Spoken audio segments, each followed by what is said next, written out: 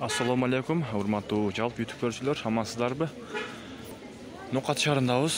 Нокаттагы валюта курсунун баасын билебиз буюрса, 10 май 2022 жыл. Достор, лайктан басып кеттиңиздер, лайктан комментарий жазып. Саат 1 болду.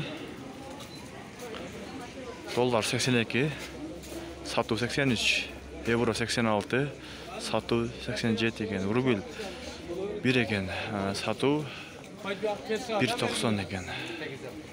1000 рубльден 1000 сом болот. Тенге 0.10 экен. Finans Kredit Bank.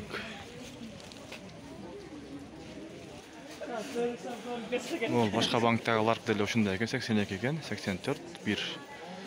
Буда рубльди сатып алуу 1.2 экен. Тенге 128 дейт.